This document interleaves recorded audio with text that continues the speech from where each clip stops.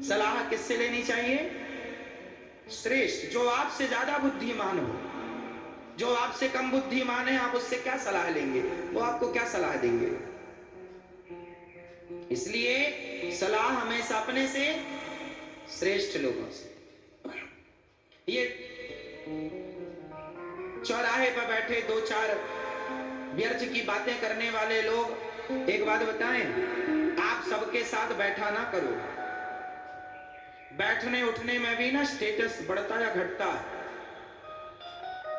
बोलो हाँ या ना? कैसे? आप शराबियों के बीच में बैठ जाइए, आप भले शराब मत पियो, मैं आपको शराबियों के बीच में बैठा हुआ मिल जाऊं, भले मैं शराब नहीं पी रहा हूं, पर मैं बैठा हुआ मिल जाऊं, तो थोड़ी देर के लिए आप क्या समझेंगे? अरे महाराज जी शराबियों के साथ बैठे हैं, लेते होंगे। कहां दिमाग जाएगा? सीधा लेते होंगे। मतलब मैं सिर्फ बैठने से शराबी हो गया कि नहीं? बोलो हाँ या ना? आपका बेटा शराबियों के संग यदि बैठता है, भले नहीं पीता, पर समाज की नजर में वो शराबी माना जाएगा। भाई इसके संबंध शराबियों के साथ हैं, उठना बैठना शराबियों के बीच में, पीता जरूर होगा, भले ना पीता हो। संगत से गुण आते हैं, संगत से गुण जाए। आप वैश्या के कोठे से निकल आए, आप भले उससे राखी बनवाने गए थे किसी वैश्या से, लेकिन आप उसके घर से बाहर निकल आए और कोई आपको देख ले, फिर आप ये सिद्ध ना कर पाएंगे कि मैं राखी बंधाने गया था। जमाना निकलता हुआ देखेगी तो यही कहेगी गड़बड़ है। क्या प्रभाव पड़ रहा है? संगति का। आपको वैश्या के साथ किसी ने देखा नहीं, सिर्फ उसके घर से निकलते हुए देखा, तो क्या प्रभाव पड़ा कि आप गलत हैं। और आप किसी मंदिर से निकल रहे हो और कोई देख ले, भले आप पूजा ना किए हो, भले आप कुछ ना किए हो, मंदिर से बाहर निकल रहे हैं, लोग कहेगा भाई बड़ा सज्जन है, कम से कम भगवान के द्वार पर तो आता है। आप यहाँ आए हैं सत्संग में, भले कथा ना सुने, पर कथा से बाहर जाएंगे, कोई आपको देखेगा तो कहेगा आप कथा सुन के आ रहे हैं, आप अच्छे हैं भाई, आप कथा सुन के आ रहे हैं। तो कुसंग में आपकी कीमत कम होती है, सत्संग से आपकी कीमत बढ़ती है। संगत से गुण आते हैं, संगत से गुण जाएं। बताओ जीवन में संगत का प्रभाव कितने % पड़ता है? मैया बताओ, संगत का प्रभाव जीवन में कितने % पड़ता है? बेटा आप बताओ, संगत का प्रभाव कितने % है? हाँ? कितना? भैया बताओ, आप कुर्सी पे बैठे हो, कितना? आप बताओ भैया, आप बताओ मेरी माँ, कितने % पड़ता संगति का प्रभाव? 5%? 5 और 0 लगा रही हो 50%। आप बताओ, जीवन को बनाना और बिगाड़ना दोनों संगति पर निर्भर करता है, इसलिए संगति का प्रभाव 50 नहीं 101% पड़ता है प्रभाव सत्संग का, कुसंग का। आप सत्संग से जुड़े हैं तो आप अच्छे अच्छे विचार आएंगे, आप कुसंग से जुड़ जाएंगे आपके विचार गंदे हो जाएंगे। संगति मायने रखती, इसलिए आप सबके साथ उठा बैठा ना करो। आप ये देखा करो कि आपके संग उठने बैठने के लायक कौन है। जो गंदी बातें करते हो आप उनके साथ क्यों उठते बैठते हैं? आप भी गंदे हो जाएंगे। क्यों बात करें आप उनसे जो गंदी बातें कर रहे हो, जो गलत राह पर है। अब चोरों की संगति आप करने लग जाएंगे तो आपको क्या ईमानदार कहा जाएगा? आपको भी अरे चोरों के साथ है, चोर है। संगति अच्छा, आपके बच्चों को देखा करो वो किसके साथ उठते बैठते हैं। इसलिए संगति बहुत प्रभाव छोड़ती है। संगति क्या कई मां बिगड़ गई संगति से, दुर्योधन बिगड़ गया संगति से। को न कुसंगति पाई न साई, कुसंगति पाकर कौन नहीं बिगड़ा? एक का नाम बताओ। संगत बहुत बड़ी चीज है। सुनार के घर का कचरा भी बिकता है, आपके घर का कचरा बिकता है?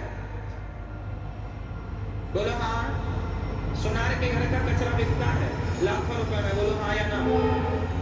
जहां सुनार बैठ के ना सोने की कटाई करता है, आभूषण बनाता है, तो सोने का काटने में जो उसके रेसे गिर जाते हैं, कुछ कण गिर जाते हैं, जिसमें उसका जो कचरा होता है वह लाखों का बिकता है।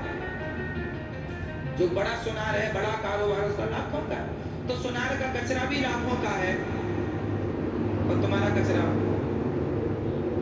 फ्री में नहीं देने को तैयार है। तो संगति, कचरा भी सुनार के घर का है, तो कचरा भी कीमती है।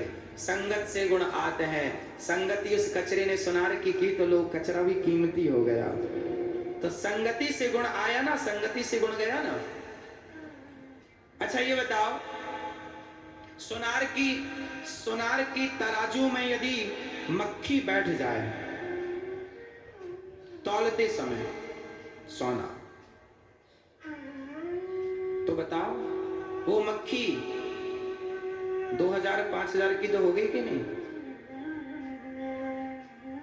भाई? कितने रुपए तोला सोना है? माना कि 50,000 रुपए। क्यों भैया 50,000 है कि कम है? ज्यादा? भैया अभी लेके आई हो? क्या रानी हार बनवाया आपके पति देवता ने?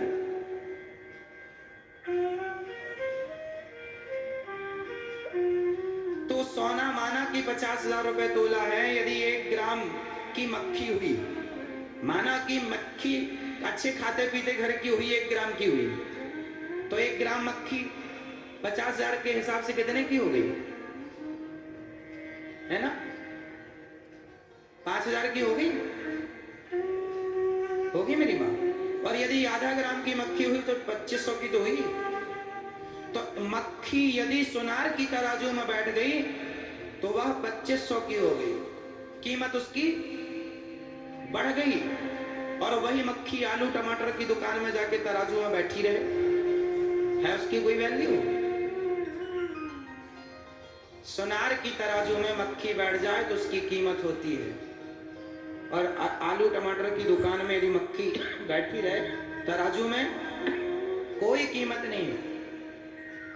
तो संगति है, सुनार की संगति मक्खी कर ले तो उसकी कीमत। तो आप भी संगति करेंगे, इसलिए कहता हूं अपने बच्चों को कथा सुनाया करो, कहता हूं कि अपने बच्चों को संस्कार दिया करो, कहता हूं अपने बच्चों को अपने भारत के महापुरुषों का, स्वामी विवेकानंद जी का, गुरु गोविंद देव जी का, गुरु नानक देव जी का, मीराबाई का, नरसिंह मेहता का चरित्र सुनाया करो, महापुरुषों की बातें सुनाया करो, महापुरुषों की वाणियां सुनाया करो। संस्कार बनेंगे मेरी माँ। यदि कुसंग में पड़ गए सिर्फ जाएगा जाएगा, आएगा कुछ नहीं। संगत से गुण आते हैं, संगत से गुण जाए, लोहा जड़ा जहाज में पानी में उतर आए। इसलिए महाभारत का युद्ध कुसंग के कारण, कुसंग में पड़कर दुर्योधन ने महाभारत लड़ा। अच्छा ये बताओ, महाभारत में कर्ण ने किसका साथ दिया? पांडवों का या कौरवों का? जोर से बोलो। कर्ण ने किसका साथ दिया? किसका? कौरवों का। दुर्योधन का साथ दिया कर्ण ने, जबकि कर्ण किसके पुत्र हैं? किसके पुत्र हैं? कुंती के। अच्छा ये बात कर्ण को पता थी या नहीं कि मैं कुंती पुत्र हूं? ये बात पता थी या नहीं? महाभारत के समय पर पता थी कि नहीं, ये बताओ। महाभारत जब कर्ण लड़ रहे थे उस समय कर्ण को पता था कि मैं कुंती का पुत्र हूं या नहीं? उत्तर दो। पता था या नहीं? पता था। भगवान ने महाभारत युद्ध के पहले कर्ण को बता दिया था कि तुम पांडव पुत्र हो, तुम कुंती पुत्र हो, तुम पांडवों के बड़े भाई हो, बता दिया था। भगवान ने कहा था कि तुम पांडवों के पक्ष से युद्ध करो, पर उस कर्ण ने कहा मैं पांडवों की ओर से युद्ध नहीं करूं। अच्छा एक प्रश्न है, उत्तर दो। कर्ण ने कौरवों के पक्ष से युद्ध करके सही किया कि गलत किया? उत्तर दो। कर्ण ने कौरवों के पक्ष से दुर्योधन का साथ देकर कर्ण ने सही किया या गलत किया? आप उत्तर दो। सही किया? आप बताओ सही किया? आप बताओ कर्ण ने सही किया दुर्योधन का साथ देकर या गलत किया? सही किया। आप बताओ, आप बताओ सही किया। आप बताओ, आप बताओ सही किया या गलत किया? आप बताओ पीछे वाली मैया, मैया ओ जाने वाली मैया, बताए जाओ मेरी माँ, कर्ण ने सही किया कि गलत किया कौरवों का साथ देकर? बताओ मैया, भैया पीछे वाले बताओ, कर्ण ने सही किया या गलत किया? हाँ, लगभग लोग, अधिक लोग कह रहे हैं कर्ण ने सही किया। तो जो आदमी भरी सभा में किसी नारी के कपड़े उतारता हो, उस नारी को निर्वस्त्र करना चाहता हो, उस आदमी का साथ देना सही है? आप लोग कैसे न्याय करता है? यदि आप जज होते तो क्या न्याय करते?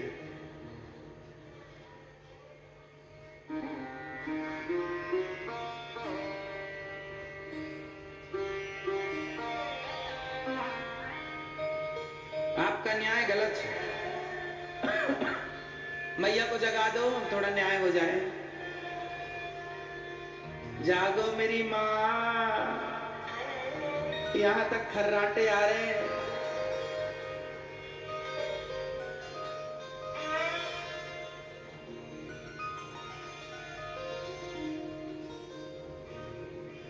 देखो आप किस हिसाब से कह रहे हैं, मैं आपकी भावनाओं को समझ रहा हूं। आप ये कहना चाह रहे हैं कि कर्ण ने अपनी दोस्ती निभाई है, कर्ण ने अपनी मित्रता निभाई है। आप इस हिसाब से कह रहे हैं कि कर्ण सही है दुर्योधन का साथ देकर। परंतु आपको यहां भी एक विचार करना चाहिए। अच्छा बताओ, दोस्ती का मतलब क्या होता है? मेरा दोस्त गलत कर रहा हो और मैं उसके गलत में साथ दूं, क्या ये दोस्ती है? या मेरा दोस्त गलत जा रहा है तो मैं उसका हाथ पकड़ के वापस ले आऊं, मेरे मित्र तू मेरा दोस्त है, मैं तेरे साथ गलत नहीं होने दूंगा, तू गलत मत कर, मैं तेरे सही में साथ हूं, मैं तेरे गलत का साथी नहीं हूं। तो जब भरी सभा में द्रौपदी की साड़ी खिंच रही थी तो कर्ण जैसे दोस्तों को ये नहीं कहना चाहिए था मित्र ये गलत है।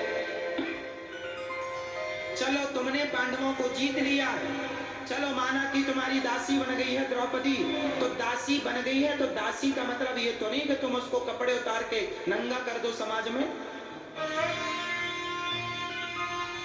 क्या ये बात दुर्योधन को नहीं सॉरी कर्ण को नहीं कहनी चाहिए थी? बोलो हाँ या ना? क्या अपने मित्र को गलत रास्ते से आपको नहीं रोकना चाहिए? क्या उसे सही मार्गदर्शन आपको नहीं देना चाहिए? सिर्फ आप उसके मित्र हैं इसलिए क्योंकि उसने आपको वंग देश का राजा बना दिया, आपके दोस्त ने आपको कहीं का राजा बना दिया, तो आप उसके एहसान तले दब गए, माना कि दब गए, आप उसका साथ दें, माना कि, पर फिर भी गलत करेगा तो आप क्या उसका साथ इसलिए देंगे कि इसने हमें राजा बनाया था? अरे तो समाधान तो यह था कि भाई साहब अपना राज्य ले ले, मैं तेरे गलत में साथ नहीं दूंगा, तू मुझे राजा बनाकर और गलत करेगा और ये उम्मीद करेगा कि मैं गलत का साथ दूं, ये कैसा न्याय है? ये कैसी दोस्ती? यदि इसका नाम दोस्ती है तो फिर आज दोस्त गलत करे तो दोस्त साथ दे, तो सही कैसे हो सकता है? किस हिसाब से सही हो सकता है? भरी सभा में कर्ण ने कहा था कि द्रौपदी तेरे 5 पति हैं, छठा मुझे बना ले, जैसे 5 वैसे ही 6। क्या ये बात कर्ण जैसे महापुरुषों के मुंह से शोभा देती है? बोलो, शोभा देती है साहब? आप कह रहे हैं कर्ण ने सही किया, मतलब आप ये कह रहे हैं कि जो भरी सभा में एक नारी के कपड़े उतारता है उसका साथ देना सही है।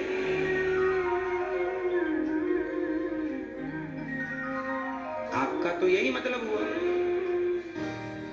नहीं, कर्ण का कौरवों का साथ देना गलत था, कर्ण को दुर्योधन का साथ नहीं देना चाहिए।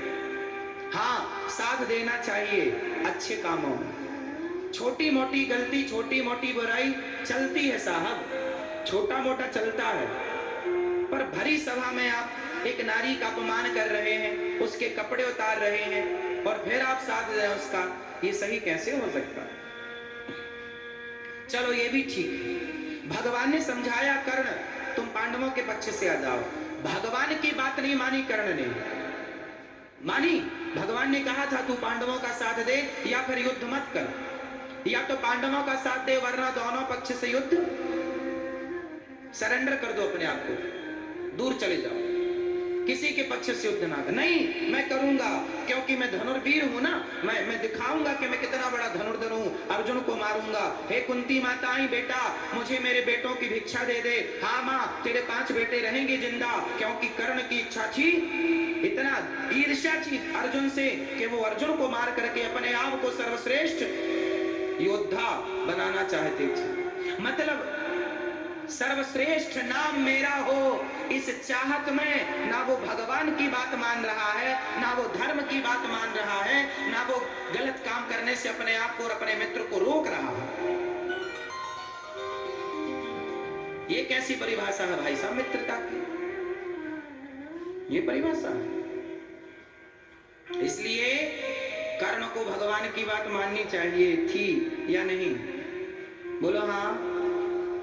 विदुर जी महाभारत के युद्ध में बताओ विदुर जी ने किसके पक्ष से युद्ध किया?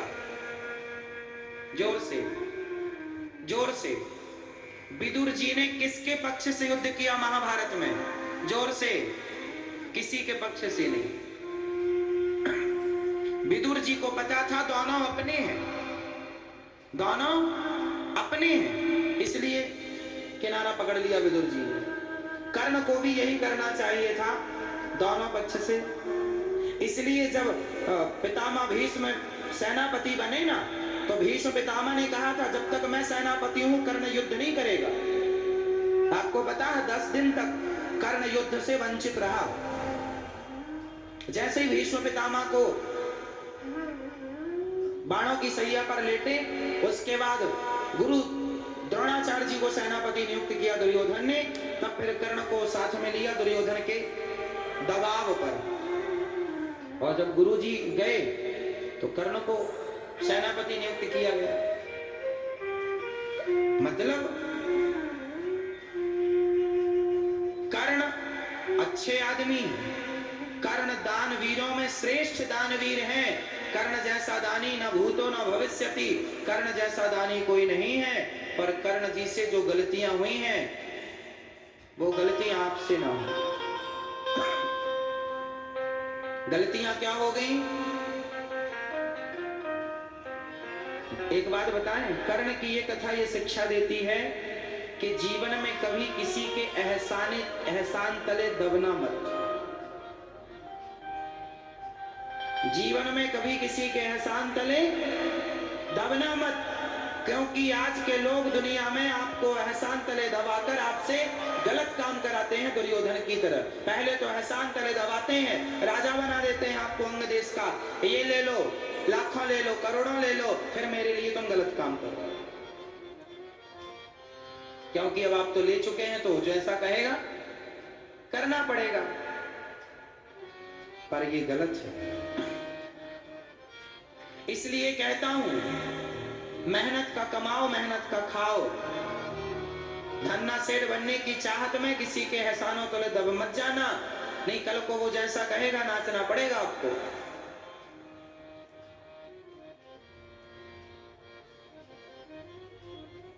फ्री की चीज मिल जाए, कर्ण को फ्री का राज्य मिल गया, दुर्योधन ने दे दिया। इसके बाद तो दुर्योधन ने फिर जैसा चाहा कर्ण को नचाया। और कर्ण नाचते रहे। क्यों? क्योंकि कर्ण के अंदर भी लालच था कि मैं राजा बन जाऊं, बना दिया। राजाओं के बीच में बैठने का अधिकार मिल जाएगा। पर फिर भी आपको इस कथा से यह सीखना है कि आपके पास जितना है उतने में संतुष्ट रहो, और दुर्योधन जैसे गलत लोगों का साथ मत दो, सत्य के साथ रहो। भरी सभा में नारी का अपमान हुआ, दुर्योधन ने कहा मेरी जगह पर आकर बैठ जाओ। चलो, तो कर्ण को फिर अर्जुन ने मारा और कर्ण की मृत्यु हुई। भगवान ने कृपा की कर्ण पर। कर्ण की अंतिम इच्छा थी कि मैं ऐसी जगह मेरी चिता जले जहां आज तक किसी की चिता ना जली हो। तब भगवान ने कहा कर्ण की चिता जलाई थी। भगवान कृष्ण ने कर्ण की चिता कहां जलाई थी? अपनी हथेली में। मतलब भगवान कर्ण को इतना सम्मान देते थे, कर्ण को भगवान इतना प्यार करते थे कि अपनी हथेली पे कर्ण की चिता जलाई। कर्ण सम्माननीय है, पर कर्ण की जो गलतियां हुई कर्ण से वो हम बता रहे हैं। इसका अर्थ ये ना समझ लेना कि कर्ण गलत आदमी थे। कर्ण के कुछ निर्णय गलत थे माना कि, और कर्ण गलत नहीं थे। कर्ण दानवीरों में श्रेष्ठ दानवीर है। मरते समय तक उन्होंने अपने दांत सोने के दांत, उस दांतों में सोना लगवाया था। मरते समय जब उनकी छाती में बाण घुसा था, उस समय पंडित जी आ गए, बोले बेटी का विवाह करना है, कुछ दे दो। बोले अब तो कुछ नहीं है, सब दान कर चुका हूँ, ये रथ सोने का है, पहले ही दे दिया था कि मेरा रथ फलाने ले जाना, अब कुछ नहीं बचा। तब याद आया कि दांत है पत्थर से, अब छाती पर बाण लगा है और आदमी दांत तोड़ के पंडित जी को दान दे रहा है। ये लो, मरते समय जो दान देते देते मरे हैं, ऐसे दानवीर है। इसलिए यूं ही नहीं दानवीर कहा जाता, दानवीर कर्ण एक ही वीर है। दानवीर यूं ही नहीं कहा जाता। तो दानवीर तो हैं, और चूंकि कुछ निर्णय गलत हुए हैं, वो नहीं होने चाहिए। ये इतिहास, ये महाभारत हमें गलत निर्णय लेने से बचाता है। यदि महाभारत का, इन पात्रों का ज्ञान हो जाए हमें कि महाभारत में अब जैसे ये बताओ, महाभारत में उत्तर देना, महाभारत में जो कर्ण की मृत्यु हुई, कर्ण रथ से नीचे आ गए थे, उनका रथ का पहिया जमीन में धंस गया था। तब अर्जुन ने बाण चलाया, जबकि युद्ध का नियम था कि योद्धा रथ से नीचे हो, अस्त्र शस्त्र ना हो तो आप उस पर प्रहार नहीं कर सकते।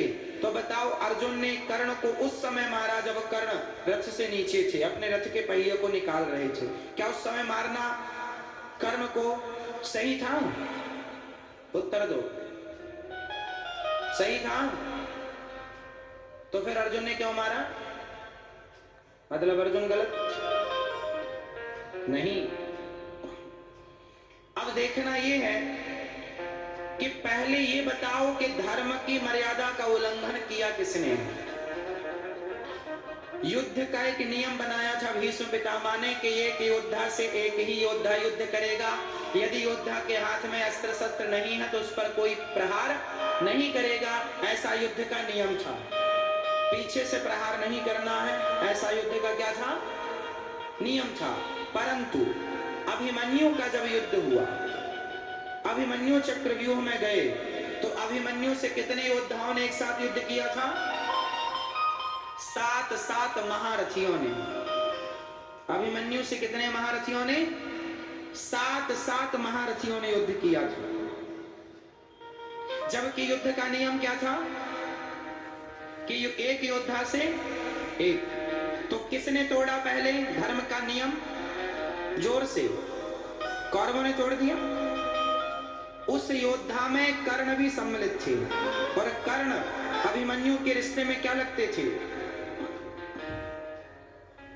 ताऊ थे ना, बड़े पिताजी ताऊ जी थे। आज का कौन सा ताऊ जी ऐसा होगा जो अपने भाई का बेटा खड़ा है, तड़प रहा और उसे मार रहा है? ताऊ कौन? आज के युग में कौन ताऊ ऐसा होगा? कर्ण जैसे ताऊ, जिनके ताऊ कर्ण जैसे हैं, उनका भतीजा अधर्म से मर रहा है। क्या कर्ण ये नहीं कह सकते थे कि नहीं भाई, युद्ध का नियम एक से लड़ो? 7 लड़ गए, और नियम था कि रथ से नीचे है योद्धा, वार नहीं करना, हाथ खाली है तो वार नहीं करना। अभिमन्यु के हाथ भी खाली थे और वह रथ से नीचे भी, फिर भी उस पर दुर्योधन ने, शकुनी ने, यहां तक कि जब अभिमन्यु मर गए तो मरे हुए अभिमन्यु के सिर पर लात किसने मारी थी?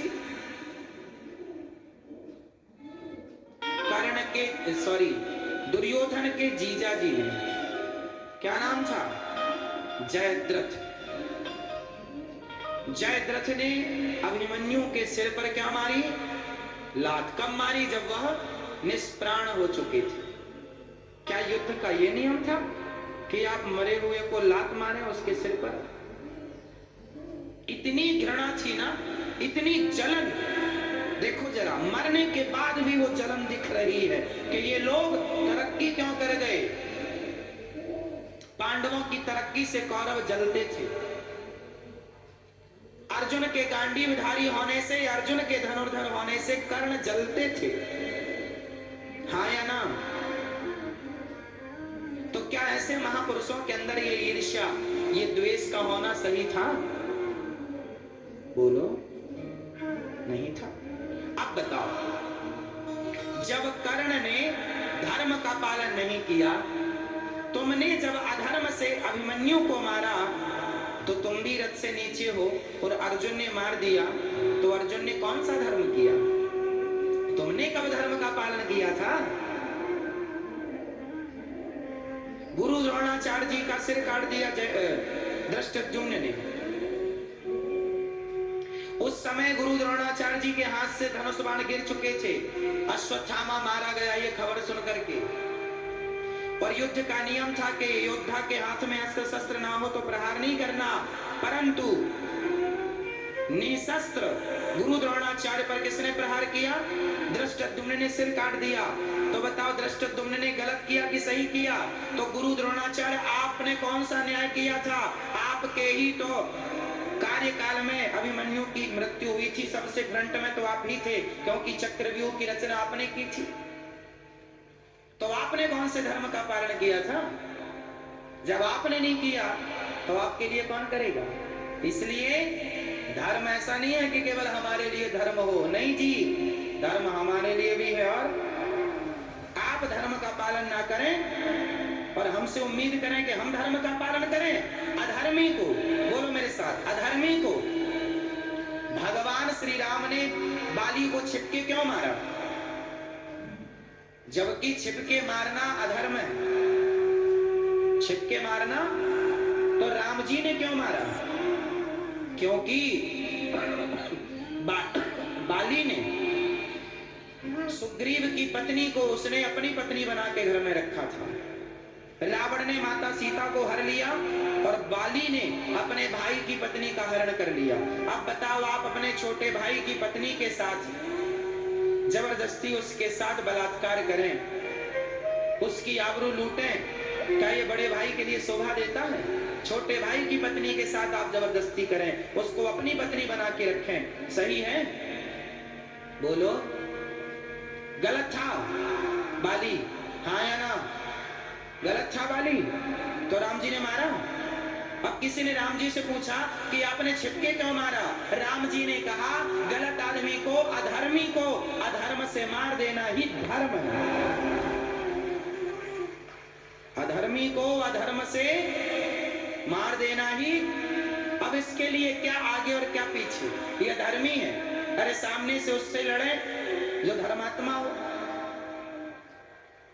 चलो, रावण से राम जी ने लड़े, रावण ने कम से कम अपनी भाई की पत्नी के साथ तो दुर्व्यवहार नहीं किया। रावण ठीक था बाली से, भाई खुद की भाई की पत्नी के साथ दुर्व्यवहार करना, और आप किसी और की पत्नी को, दोनों नारियां हैं, दोनों के साथ गलत है व्यवहार, गलत करना, पर फिर भी अपने भाई की पत्नी के साथ, ये तो बहुत गलत है। तो राम जी ने मारा। अब आप पूछें कि राम जी सामने से भी तो मार सकते थे। हाँ, सामने से मारते तो बाली यदि राम जी को देख कर राम जी की शरण में आ जाता बाली, तो राम जी को शरण में आए हुए को छोड़ना पड़ता, क्योंकि राम जी का वचन है, सरमुख होहि जीव वही जवही, जन्म कोटि अगनासहि तवहि। जो शरण में आ जाता है क्षमा कर देता हूँ। पर यदि राम जी ने बाली को क्षमा कर दिया होता तो सुग्रीव को वचन दे चुके थे कि सुन सुग्रीव, मारी हूँ बालहि एक ही बाण, ब्रह्म रुद्र शरणागत गए न उबरी ही प्राण। सुग्रीव को दिया वचन मिथ्या हो जाता, इसलिए राम जी ने युक्ति निकाली, पीछे से मार दो इसको। अधर्मी को अधर्म से मार देना ही धर्म। अब क्या आगे और क्या पीछे। उसी तरह अब कर्ण को अधर्म से मारा गया, और तो सब ठीक है, दुर्योधन को भी अधर्म से मारा गया था। दुर्योधन का की जंघाएं गदा से तोड़ी गई थी, जबकि युद्ध का नियम होता है कि गदा का प्रहार जांघों पर नहीं किया जाता। गदा युद्ध का नियम क्या होता है? गदा का प्रहार छाती में करना है, बीच में करना है। कहाँ नहीं करना? आजा। जांघों पर नहीं करना। पर भीम भैया ने जांघें तोड़ी थी दुर्योधन की। अब बताओ, ये जांघें तोड़ना गलत था। गदा के युद्ध के नियम के अनुसार गदा का प्रहार जांघों में नहीं करते, तो अधर्म हो गया ना। भीम भैया ने अधर्म किया। बलराम जी आए, बोले आपने तो अधर्म किया है, मैं आपसे युद्ध करके आपको मारूंगा। भगवान श्री कृष्ण ने दाऊ जी को समझाया, बलराम जी को, आप जाओ, आपके बस का नहीं है ये। नहीं नहीं, दुर्योधन ने, भीम ने गलत किया है, दुर्योधन को अधर्म से मारा है। भगवान श्री कृष्ण ने कहा, दाऊ जी, जब भरी सभा में इसने भरी सभा में द्रौपदी के कपड़े उतरवाने का आदेश दिया था और द्रौपदी से कहा था कि आजा मेरी गोद में आकर बैठ जा, तब आप कहाँ थे और आपका धर्म कहाँ था? क्या पराई स्त्री को अपनी गोद में बिठालना यह धर्म था? जब इसने धर्म का पालन नहीं किया तो इसके लिए कोई धर्म का पालन नहीं करेगा। ऐसे अधर्मियों को अधर्म से मार देना ही धर्म है। ये जैसे मरे वैसे मारो, ये जैसे मरे वैसे मारो। आतंकवादियों को मारने के लिए उनकी छाती नहीं ढूंढनी पड़ती, छाती में ही गोली मारेंगे, जहां लग जाए वहां मारो। आतंकवादी हैं। सही आदमी के लिए धर्म का पालन होता है। आप हमारे साथ धर्म का आचरण करेंगे तो हम आपके साथ करेंगे धर्म का आचरण, और यही न्याय है, यही नीति है। जो आदमी आपके साथ धर्म का पालन नहीं करता, आप उसके साथ कतई मत कीजिए। ये बात सही है कि जो तुमको कांटा बुवे ताही बोए तो फूल, तो को फूल है। आप ये जरूर सुनते हैं समाज में कि आप सबके साथ अच्छा कीजिए, सबके साथ अच्छा कीजिए, लेकिन नहीं, सबके साथ अच्छी भावना रखनी चाहिए। पर आपके साथ कोई बुरा कर रहा हो तो आप उसको तुरंत उसका जवाब दें, जैसे माने वैसे जवाब दें। नहीं जवाब देंगे तो वो आज आपके साथ बुरा किया है, एक बार कल दूसरी बार करेगा। इसलिए शास्त्रों की गहराई को समझो, कहां जवाब देना है, कहां जवाब नहीं देना, किसको जवाब देना है, किसको जवाब नहीं देना, इसी मर्म को जानना। बल तो हो आपके पास। चलो, तो महाभारत के युद्ध में अधर्म जो हुआ है इसलिए हुआ है क्योंकि सामने वालों ने अधर्म की शरण ले ली। आपने किया और हमने किया, तो फिर गलत कैसे हुआ? आप करें तो अच्छा, हम करें तो गलत। वाह, नहीं, ऐसा नहीं होगा। आप भी गलत कर रहे हैं तो फिर बाद में हम उसकी पूर्ति कर रहे हैं। शुरुआत तुमने क्यों की? महाभारत का युद्ध हुआ, 99 कौरव मारे गए, दुर्योधन तड़प रहा था। पांचों पांडवों के 5 बच्चों को, द्रौपदी माता के 5 बच्चों को अश्वत्थामा ने पकड़ लिया, अश्वत्थामा ने मार दिया। दुर्योधन के कहने से सोते हुए बच्चों को छल से मारा, 5 बच्चों की हत्या कर दी।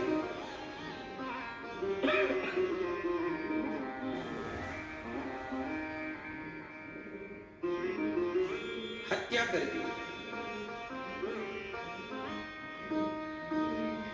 द्रौपदी ने देखा दुर्योधन मर गया कि ये पांडव नहीं, पांडव पुत्र हैं। द्रौपदी ने देखा कि यह मेरे बच्चों की हत्या किसने की? अर्जुन ने जाकर अश्वत्थामा को पकड़ा। भगवान की शरण में अर्जुन तब आए जब उन्होंने ब्रह्मास्त्र चलाया। कृष्ण कृष्ण महाबाहो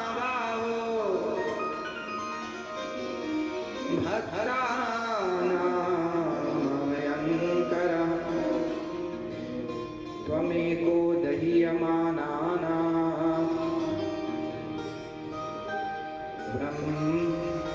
त्वमेको दह्यमानाना।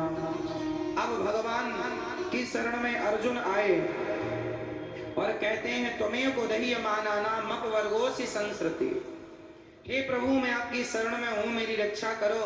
आप देख रहे हैं अश्वत्थामा ने मुझे मारने के लिए ब्रह्मास्त्र चलाया। भगवान तुरंत कहते हैं अर्जुन धैर्य रखो और चिंता ना करो, तुम भी ब्रह्मास्त्र चलाया। दोनों ब्रह्मास्त्र को भगवान ने शांत किया। द्रौपदी के सामने अश्वत्थामा को लाया गया।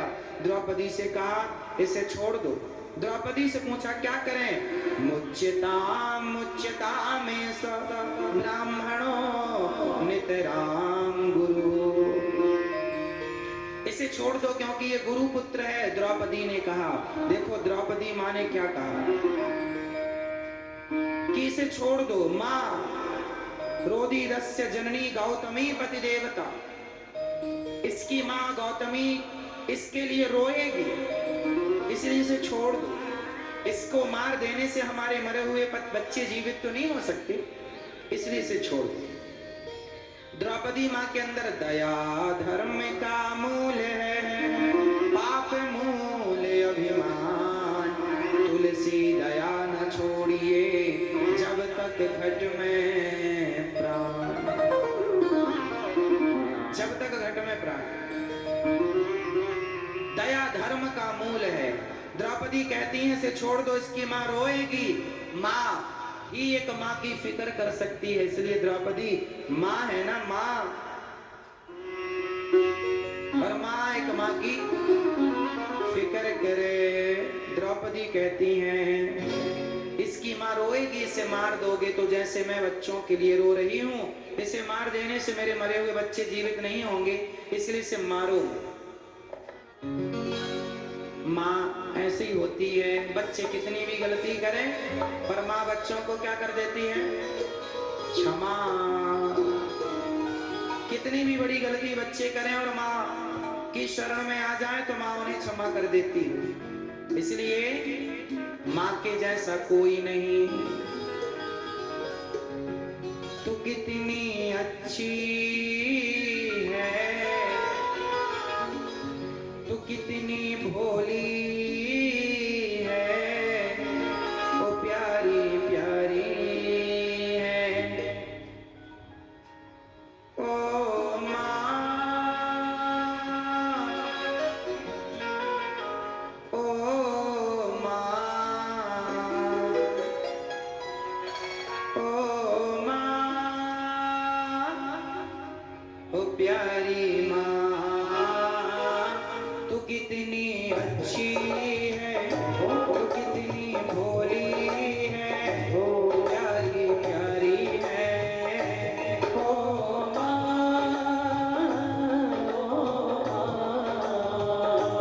ओ प्यारी माँ। ये जो दुनिया है ये बन है कांटों का, वो फुलवारी है। ओ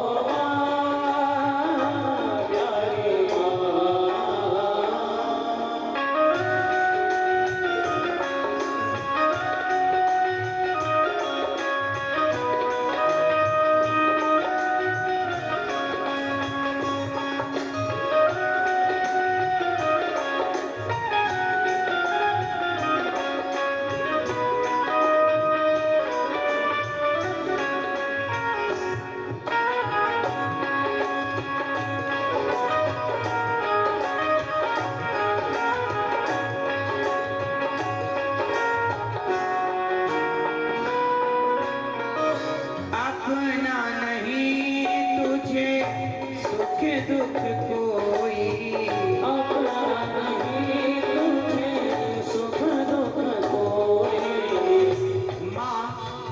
माँ के जैसा और कौन है ये बताओ, है कोई? माँ के जैसी सिर्फ माँ, कोई नहीं हो सकता। इसलिए अपनी माँ से प्यार करो। सबकी माँ थोड़े दिनों के लिए ही है, क्योंकि समय ढलता जा रहा है, बुढ़ापा आता जा रहा है। बस ये खुशियों के दिन, ये माँ के साथ जो पल आप बिता रहे हैं, वो पता नहीं कब वो दिन खत्म हो जाएंगे। इसलिए जब तक माँ है खूब सेवा करो, माँ के चरण दबाओ, माँ को खुश रखो। क्योंकि माँ बचपन में आपको रोने नहीं देती थी, आप रोते थे तो गोद में उठा लेती थी, क्या हुआ पूछती थी। आपको रोने नहीं देती थी माँ, और अब आप बड़े हो गए हैं तो आप उसे रुला रहे हैं, उससे दूर जाकर। अपना नहीं तुझे सुख दुख कोई, अपना नहीं तुझे सुख दुख कोई। मैं मुस्काया तू मुस्काई, मैं रोया तू रोई, मेरे हंसने पे मेरे रोने पे तू बलिहारी है। ओ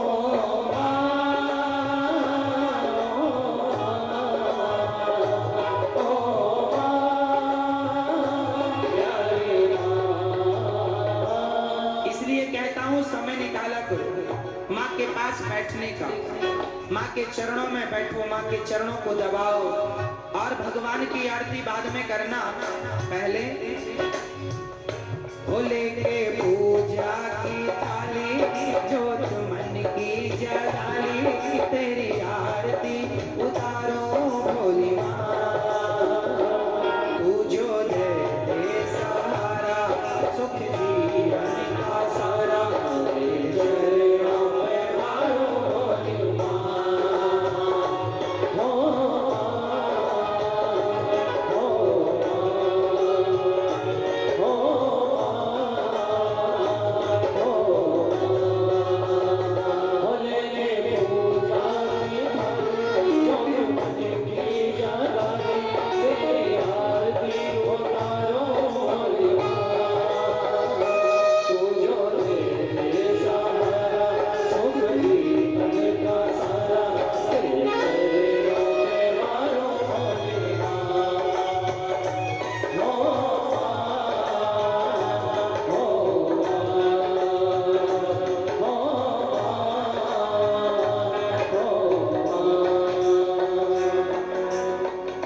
माँ बच्चों की जान होती है,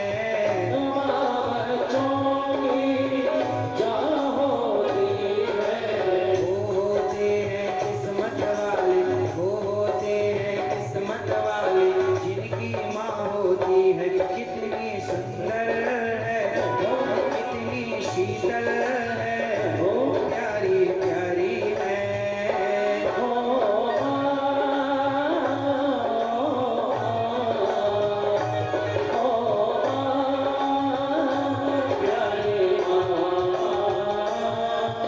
इसलिए कहता हूँ, जब माँ कह दे कि मेरे बेटे जैसा भगवान सबको बेटा देना, तब आपका बेटा होना सफल है। और बेटी बहू, सास जब अपनी बहू से कहे कि मेरी बहू जैसी भगवान सबको बहू देना, तब आपका बहू होना सफल है। अच्छा बताओ, सास की सेवा करनी चाहिए कि नहीं? नहीं करेंगी तो फिर आप भी सास बनेंगी, फिर आपकी कौन करेगा? इसलिए माँ तो माँ होती है ना। आपका पति आपके लिए कौन है? बताओ, पति कौन है आपका? जोर से बताओ, पति कौन है? भगवान। बोलो हाँ या ना, पति भगवान होता है कि नहीं? बोलो हाँ या ना। यदि पति भगवान है तो माँ कौन है? तुम्हारी सास। अरे तुम्हारे भगवान की भगवान है तुम्हारी सास। हाँ, खुशियों का दिन